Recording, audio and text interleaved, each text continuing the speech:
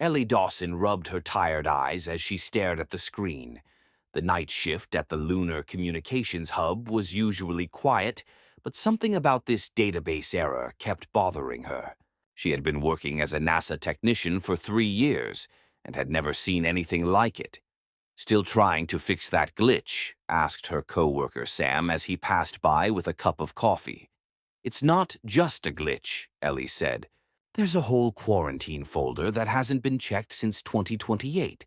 Almost 60 years of data sitting there." Sam shrugged. "Probably just space junk signals, you know how it is. The system flags anything unusual and no one ever bothers to clear the queue." But Ellie couldn't let it go. She clicked on the folder labeled Potential Extraterrestrial Origin and watched as thousands of messages populated her screen. Her heart began to race. "This can't be right," she whispered. She picked up her phone and called her supervisor, Gregory Holt. Despite it being 3 a.m. lunar time, he answered on the third ring. "This better be important, Dawson." "Sir, I think you need to come see this, now." 30 minutes later, Gregory stood behind Ellie's chair, his face pale as they scrolled through message after message. The earliest ones were written in strange symbols that gradually evolved into something resembling English, as if the sender had been learning the language over time. "They've been trying to contact us for decades," Gregory said, his voice barely above a whisper. "And we've been ignoring them." Ellie opened the first decipherable message, dated March 12, 2028. "To the people of Earth, we, the Arcturan Alliance, seek your assistance. A species known as the Vexari has begun attacking worlds in the Oran Arm. They show no mercy. They give warning before they strike, as their code demands, but none have been able to resist them. Our scientists believe your world possesses unique resources that may help us. Please respond." Message after message showed increasing desperation, reports of planets falling, civilizations being wiped out or enslaved, technical information, battle strategies. The Arcturans had been sending everything they could to help Earth prepare. "Why wasn't this flagged?" Gregory asked, scrolling faster now. "Why didn't anyone see this?" The system was set up to quarantine potential extraterrestrial communications for manual review, Ellie explained. "But after the budget cuts in the 2020s, I guess no one was assigned to check this folder. The messages just kept piling up." Gregory pulled out his tablet and made a call. "Director Pierce, I need you to initiate Emergency Protocol Omega." "Yes, sir," the voice on the other end responded. "Confirmed extraterrestrial contact." "No, not new contact. We've been receiving messages for 60 years and nobody noticed." Ellie continued scrolling until she reached the most recent message, dated just 3 weeks ago.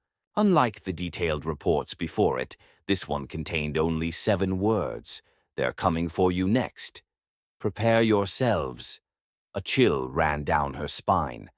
"How many messages are there?" Gregory asked after ending his call. Ellie checked the folder count.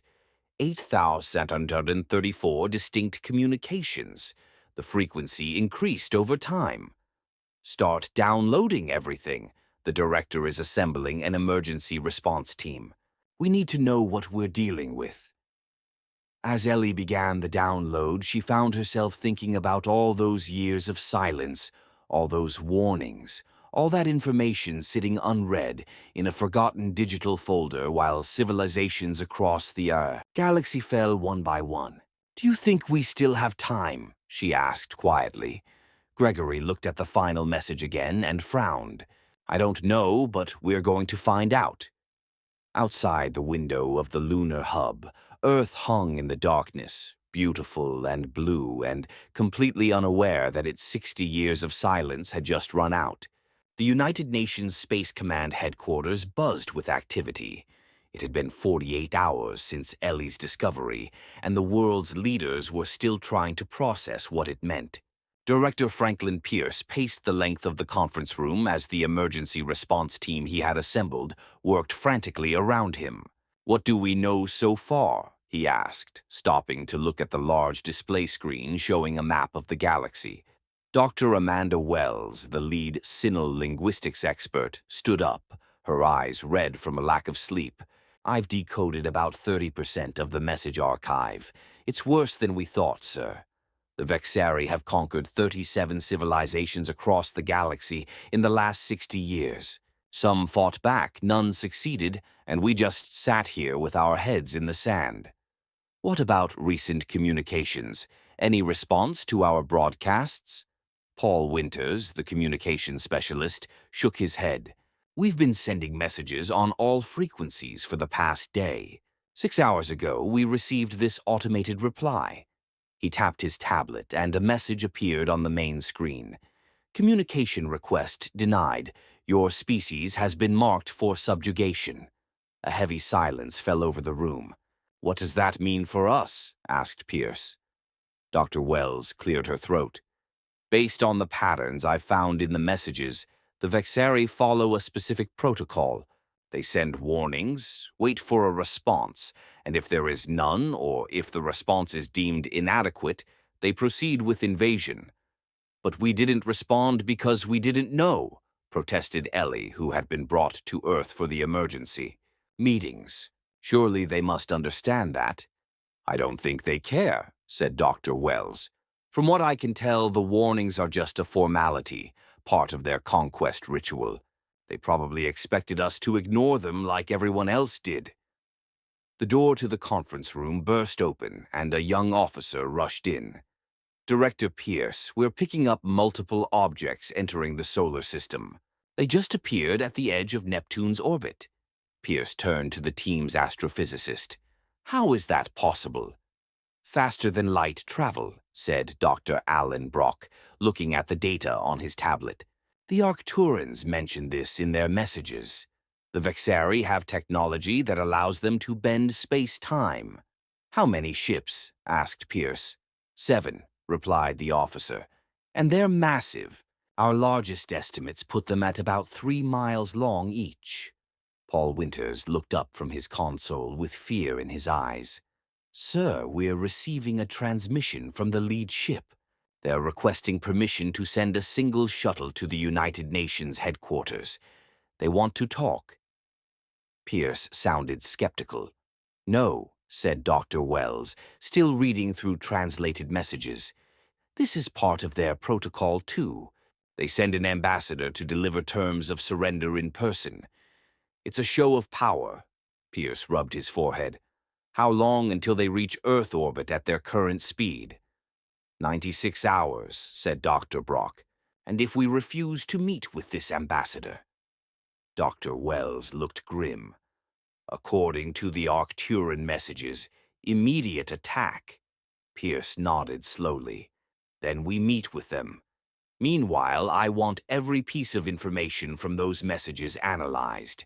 Look for weaknesses, battle tactics, anything we can use.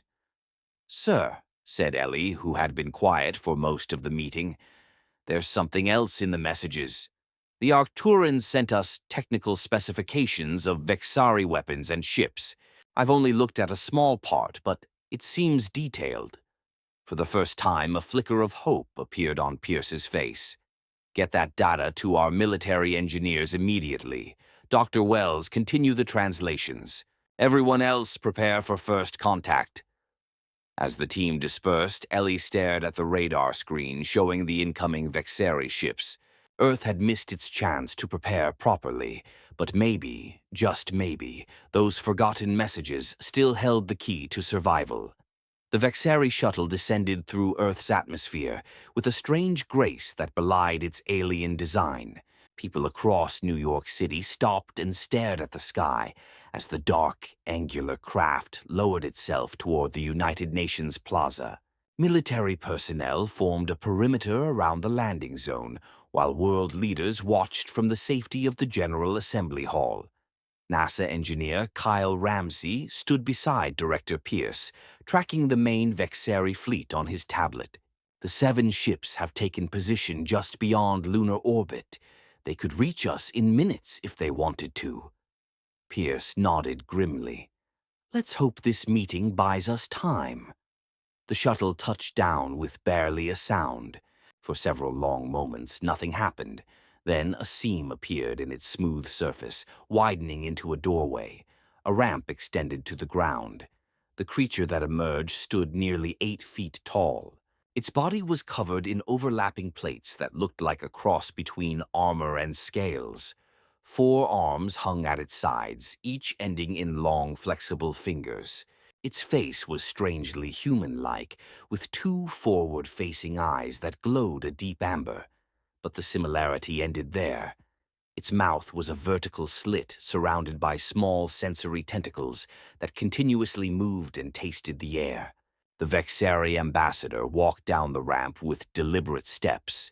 2 smaller aliens followed, carrying ornate devices that looked like a cross between tablets and weapons. "Remember," Dr. Wells whispered to the reception committee, "according to the Arcturan messages, they value displays of strength. Do not show fear." The ambassador stopped 10 feet from the human delegation.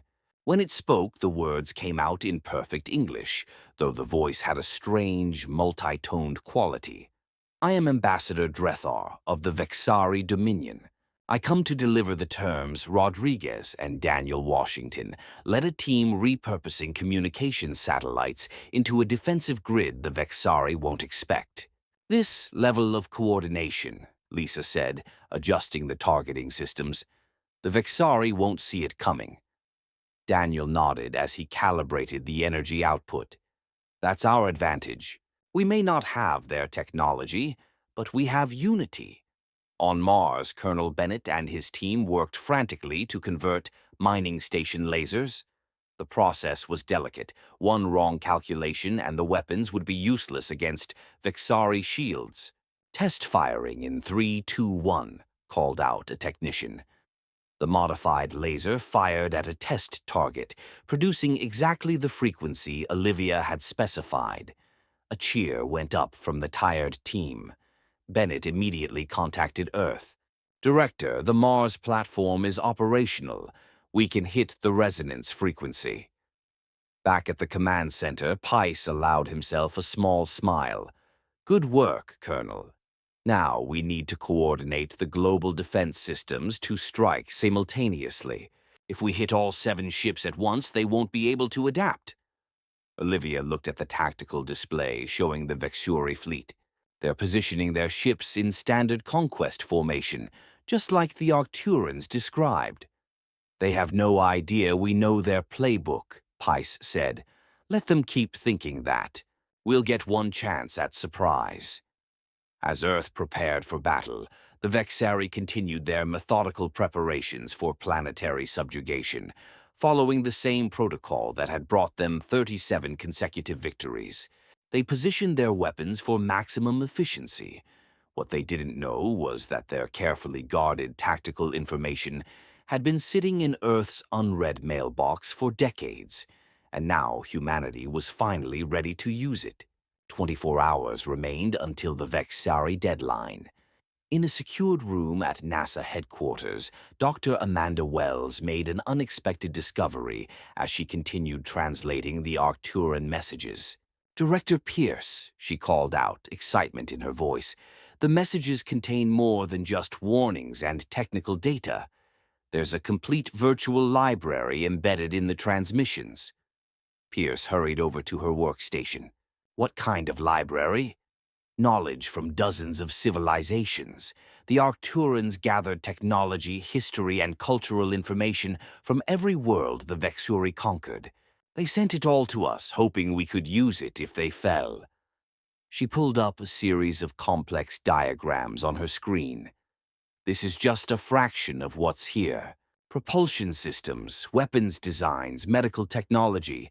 It's like they were trying to preserve everything they could." Computer scientist Henry Jackson joined them, his eyes widening as he scrolled through the data. "This is incredible. With this information, we could advance Earth's technology by centuries." "If we survive the next day," Pice reminded them grimly, "focus on anything we can use against the Vexari now. We can explore the rest later." Henry nodded. I'll get a team on it right away. Across the globe, the pace of preparations increased. In orbit, engineers Stephanie Gonzalez and Marcus Wright worked in spacesuits to install shield generators on key satellites. The technology had been adapted from blueprints in the Arcturian library. "How's it looking?" Stephanie asked as she connected the final power coupling. Marcus checked the readings on his wrist computer. "Power levels are stable. This shield design is decades beyond anything we've developed, but it's working." "Let's hope it holds against Vexori weapons," Stephanie said. On the ground, military bases converted their defense systems to match the specifications found in the messages. Civilian populations moved into underground shelters. The world waited. In the command center, Dr. Wells continued her work with the translations. She came across personal accounts from survivors of Vexuri attacks, describing their battle tactics in detail. "They always follow the same pattern," she told Pice. "First, they target military installations, then communications centers, then they take out power grids. It's methodical, almost ritualistic, and they never deviate from this approach." Pierce asked. "Never?" "The messages describe 17 different battles on different worlds. The Vexari used identical tactics every time. They don't adapt because they've never needed to. No one has ever successfully fought back." Pierce studied the tactical display showing the positions of the Vexari ships. "They're moving into the exact formation described in the messages." "They think we're just another primitive world," Olivia Blackwood said, joining them at the display. "They have no idea we know what's coming." In orbit, the Vexari ships adjusted their positions with mechanical precision. Inside the flagship, Admiral Drethar prepared for the attack that would subjugate yet another world for the Dominion. "Begin the bombardment sequence," he ordered. "Target their military bases first, as always." His officers moved with practiced efficiency, having performed this same task dozens of times before. None of them questioned the approach. None of them suggested caution. Why would they? The Vexari had conquered 37 worlds without a single defeat. "Admiral," one of his officers reported, "we're detecting unusual energy readings from the Red Planet." Drethar dismissed the concern with a wave of his hand. "Irrelevant. Their colony there is too small to pose any threat. Focus on the primary targets." As the Vexari prepared their weapons, Earth's defenders watched and waited. The knowledge that had sat unread in their digital mailbox for 60 years was now their greatest weapon. Every move the Vexori would make had been documented by their previous victims. Every weakness in their seemingly impenetrable defenses had been mapped and analyzed. All that remained was to see if humanity could do what no other species had managed. The countdown to the Vexari deadline continued, but for the first time Earth was ready to fight back. The deadline arrived. On the Vexari command ship, Admiral Drether gave the order to begin the attack. Massive energy weapons powered up, their glow visible even from Earth's surface. People around the world watched their skies, knowing what was coming.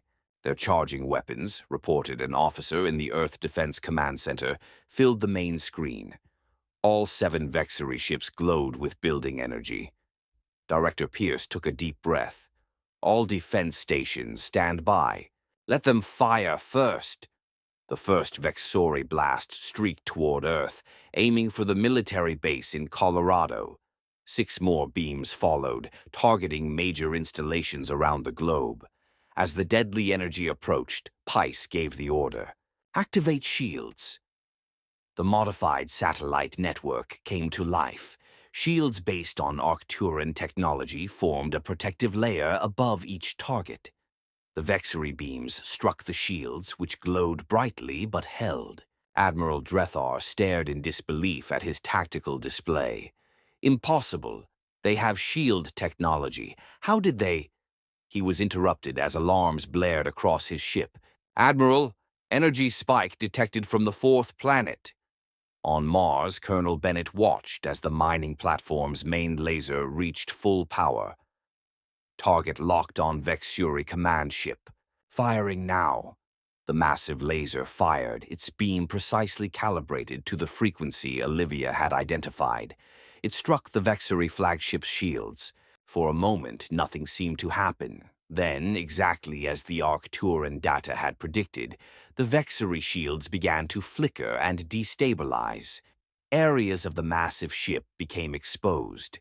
All Earth defense platforms, fire now, Pice ordered. Around the planet, the hastily assembled weapons grid activated. Satellites, ground-based lasers, and converted missile systems all fired at once. Each weapon had been modified to match the frequency that disrupted Vexuri shields. The Vexuri fleet, which had spread out to attack multiple targets, was caught unprepared. Their shields, designed to be impenetrable, faltered against the precisely calibrated assault. "How is this possible?" Admiral Drether demanded as his ship shuddered under the assault. "They're using our shield frequency." His weapons officer turned to him with fear in his eyes. "Admiral, they're using Arcturan shield modulation. And their attack pattern, it's designed specifically to counter our defenses." For the first time in centuries of conquest, the Vexeri faced an enemy who knew their weaknesses. The Mars platform fired again, this time joined by weapon stations on the Moon. The combined beams struck the Vexeri flagship with devastating effect. On Earth, people watched in amazement as the seemingly invincible alien fleet began to take damage. The coordinated attack continued, focusing on one ship at a time, as the tactical data from the Arcturan messages had suggested. In the command center, Dr. Wells monitored the battle alongside Pierce. "They're following the contingency patterns described in the messages," she said. "When damaged, they'll try to regroup and concentrate their shields." "Perfect," said Olivia. "That's exactly what we want them to do." She turned to the communications officer. "Tell the Mars platform to prepare the modified EMP burst." The Vexeri ships moved closer together, combining their shield strength as their tactical doctrine demanded. It was a strategy that had saved them in the few instances when they had faced meaningful resistance. But this time it played directly into Earth's hands. Colonel Bennett watched as the Vexeri formation tightened. "They're in position. Firing EMP burst now." The Mars platform released a massive electromagnetic pulse, specially designed based on the Arcturan data. It passed through the small gaps in the Vexeri shields and disrupted their internal systems. Admiral Drether watched in horror as his ship's controls failed. "This cannot be happening. How do they know our tactics? How do they have this technology?" Across the Vexeri fleet, systems failed as the carefully calibrated pulse did its work. The mighty ships, which had brought terror to dozens of worlds, drifted helplessly in space. In the Earth Command Center, a cheer went up as the tactical display showed the Vexeri fleet's weapons going offline. They had achieved what no other species had managed in 60 years of Vexeri conquest. They had fought back successfully. 3 days after Earth's successful defense, a small team led by Colonel Bennett approached one of the disabled Vexuri ships. The Earth Defense Coalition had decided to capture a scout vessel rather than destroy it. They needed to understand more about the enemy and, if possible, find a way to communicate with other worlds. "Boarding team in position," Bennett reported as they reached the airlock. Engineers had spent the past day figuring out how to access the alien vessel without triggering any defense systems. "Proceed with caution," Director Pierce's voice came through the radio. "Remember, we need their communication systems intact." The team cut through the final barrier and entered the Vexuri ship. Inside, the few crew members were incapacitated by life support failures. Earth scientists had studied the Arcturan data on Vexuri biology and developed a non-lethal approach to subduing them. "This way," said Ellie Dawson, who had joined the boarding team after discovering the messages. She had become an expert on Vexuri technology. The communications hub should be straight ahead. They found the central control room and began working immediately. Henry Jackson connected his equipment to the alien technology. "It's just like the diagrams in the Arcturan library," he said as he worked. "I should be able to access their communication network." While the team worked, similar scenes played out across the solar system. Earth forces had disabled the Vexari fleet without destroying it completely. The strategy had been deliberate. They needed the Vexuri ships intact to learn from them. In the command center, Dr. Wells watched as Henry's team made progress. "They've accessed the Vexuri communication network," she announced. What they found stunned them all. The network contained transmissions from all across the galaxy. Most were status reports from Vexuri commanders, but some were desperate messages from worlds under attack or occupation. "They're still out there," Dr. Wells whispered. "Survivors from the conquered worlds. They're still fighting." Pice leaned forward, studying the information. "Can we send a message through this network? Can we reach them?" "I think so," said Henry. "Through the comm link. The system appears to be galaxy-wide.